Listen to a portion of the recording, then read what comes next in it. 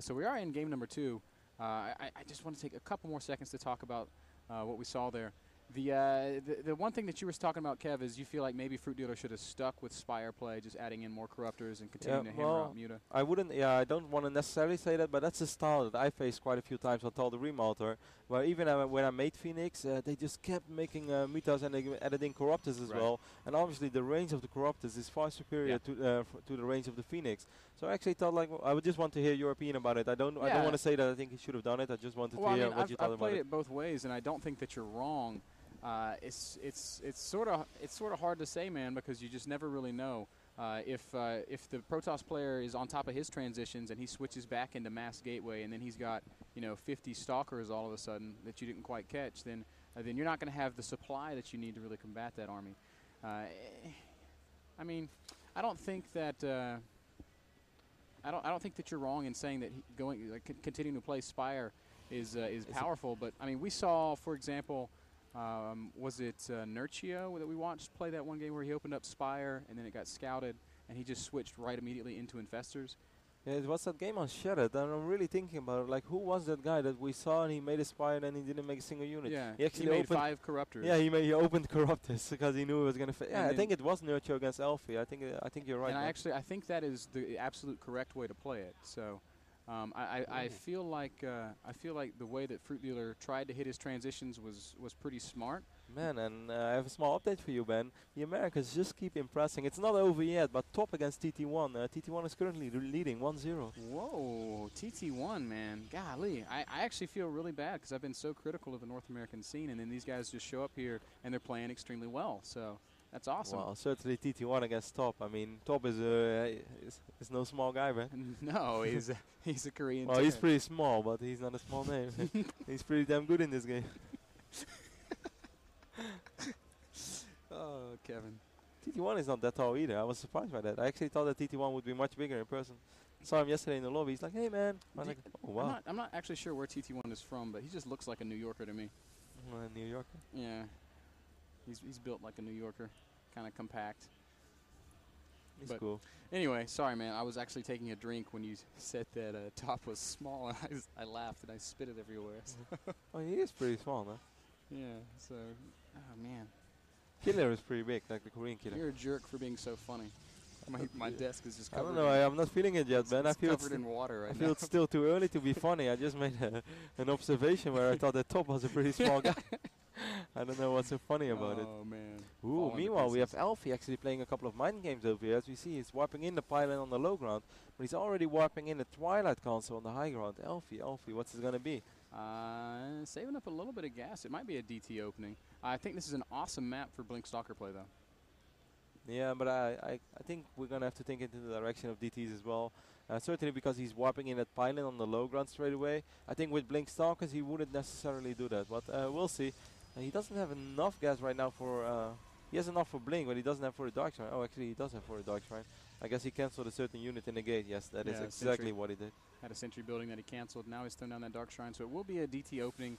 And I don't think this is going to be an all-in DT opening. I think he's going to play just sort of like a DT expand. Yeah, and the thing is, whenever you open like this, even if you won't be able to kill 20 drones, you at least will be able to get some map control, save some time for yourself. But Fruit Dealer must think like, what's up right now? Why am I able to attack this gate? I'm going to say, Stalker? Okay, this is tricky. And if I were Fruit Dealer right now, I would warp in, I would morph in an Evolution Chamber like straight away. I would too, man. Like the Zerg players have been around long enough at this point in the life of StarCraft 2 to kind of know what the indicators are. The fact that Fruit Dealer hasn't thrown down an Evo chamber yet, really surprising me.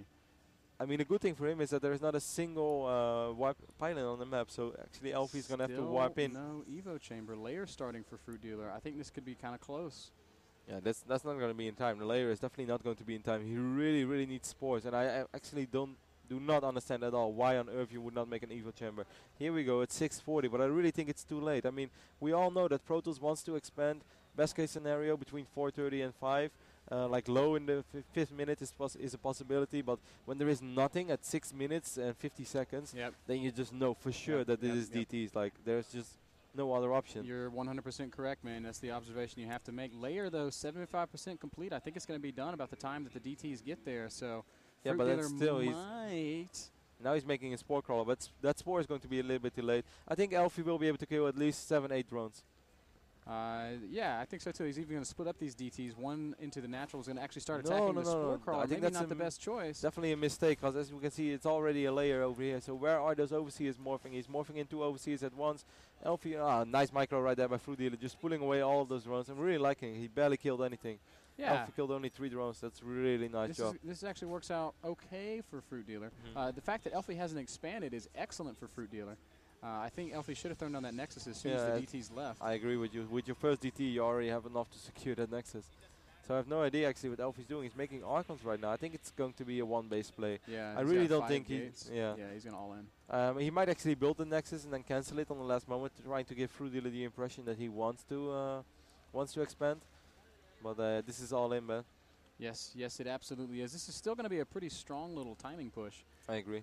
With Zealots and Archons and DTs, and especially if he can take out the detection.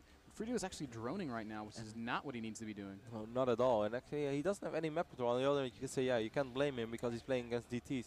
But still, those links are quick. You always want to see something. Now he will see this army, and I'm very curious to see how he's going to respond. With Spine Crawlers, most likely, but it's going to be really close. Blocked. He can only build 1 roach. A couple overlords are about to spawn, but he's not got a whole lot of money. Archons and Zealots. This is. Oh, I don't know if he can do it, Kev. Those Archons are looking really beastie right now. That's so much HP for so little roaches. I don't really see anything that fruitdealer can do right now. Nice micro by fruitdealer, trying to kite backwards as much as he can. Elfi sending 2 Zealots up into the main. That's going to be so annoying to deal with. Zealots going straight to the inner line, and then natural expansion. Everything is dying. Elfi doing so much damage with this push. It just seems like fruitdealer has nothing at all. Like, he has a few roaches over here, but look at those Archons, man. Those Archons look more scary than ever. Those 2 Zealots in the main base, exactly how you said, man. That's so annoying to deal with. A lot of roaches are spawning right now, but look at the amount of damage they take straight away. Oh, man. Even if Elfi doesn't win the game right now, he's done enough damage. 21 workers killed. He's got a worker lead at this point, and he's still got units in the natural expansion of fruitdealer. Fruitdealer trying to just run around and buy himself enough time, but I just don't think it matters, man. These Archons, there's just really nothing here that can deal with them. The problem with Archons is that they have so much HP and the shields regenerate so incredible quick that either you have to take them out straight away or you don't. But if you actually focus on the Archon and then you won't take it out, then you lost so much potential DPS, and that's the problem that fruitdealer had in this fight. I think he just didn't really know what to focus, and on the other hand, he just never really had enough roaches. Man, Elfi, I love the way that he goes with the all-in here, mixing up his play, showing us that he can mix it up. It wasn't a particularly innovative all-in. Everybody has seen DTs into an Archon push, but it's a good, strong push. And when you react to it incorrectly, as fruitdealer did, it's game ending, man. So nice little build here by Elfi. fruitdealer is still frantically trying to scramble, but I mean, what can he do? Yeah, I mean, there's nothing he can do. Only 70 supply. He barely has any drones left. He has a few drones over here, which he's going to transfer into his natural expand. But I'm sure that Elfi finds everything fine right now. Elfi knows that there's absolutely nothing that can happen anymore for Elfi to lose this game. And I must say, Ben, I'm a little bit disappointed by the way that fruitdealer played in this series. Like, yeah, it wasn't, well, I mean, we sort of raised the question when we started the series, is fruitdealer even on the level of top foreigners? Maybe he plays in that tier, but I don't think he's head and shoulders above the rest. And Elfi showing there that... I really think that he did pretty well actually protecting himself from the DTs, only losing 3 drones. I thought like, well, that's quite okay. But the fact that he just scouted so poorly, like he scouted the DTs too late, but then you could still say, well, he handled it well, so it's fine. Actually, it's still not fine, but okay, he made the best out of the situation. But he doesn't scout the follow-up. No, he didn't scout anything. He had nothing on the map. Like, he didn't have an overlord, he didn't have an overseer. There was an overlord in the little airspace between the main and the natural, and he didn't send it somewhere. Just go poke into the natural. Is there Nexus building? No. Okay. It's a 1-base all-in. Elfi didn't even have to do the Nexus fake. Yeah. So, I mean, Elfi had a cute little build there, but fruitdealer just basically did everything wrong. And